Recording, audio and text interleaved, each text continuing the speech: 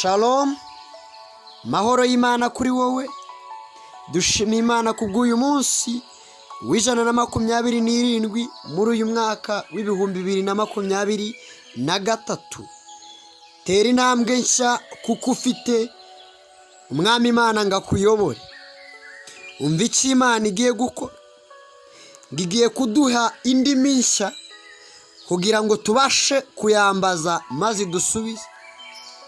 Gitabo cy'umuhanuzi Zefaniya igice cya 3 umurongo w'9. Ubwo nibwo nzaha amoko ururimi rutunganye kugira ngo bose babone kwambaza izina ry'Uwiteka no kumukorera bahuje inama.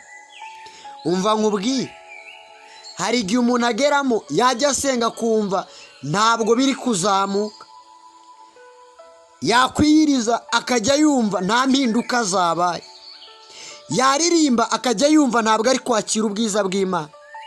Ariko Uwiteka agiye kurema impinduka, agiye kuguha ururimi rushya, rwa rundi uzavuga ijwi ry'Imana rikururuka. Nuririmba abo ubwira, abo waturiraho ubwo buhamya, Imana izababohora.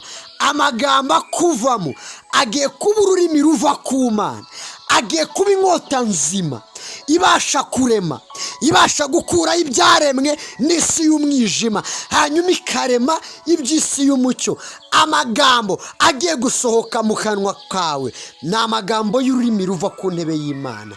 Ugiye kujya watura bibe, ibyo uhakanye biveho, kuko Imana igiye gukorana nawe, igiye kugendana nawe no mu magambo yawe, igiye kuguha umugisha.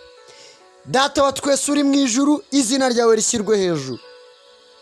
Kubw'uyu munsi urakoze ko utanze indimi nshya, utanze amagambo mashya, utanze kuvuga gutandukanye nuko abantu bavugaga, kandi nibyo ugiye gukora ari bishya.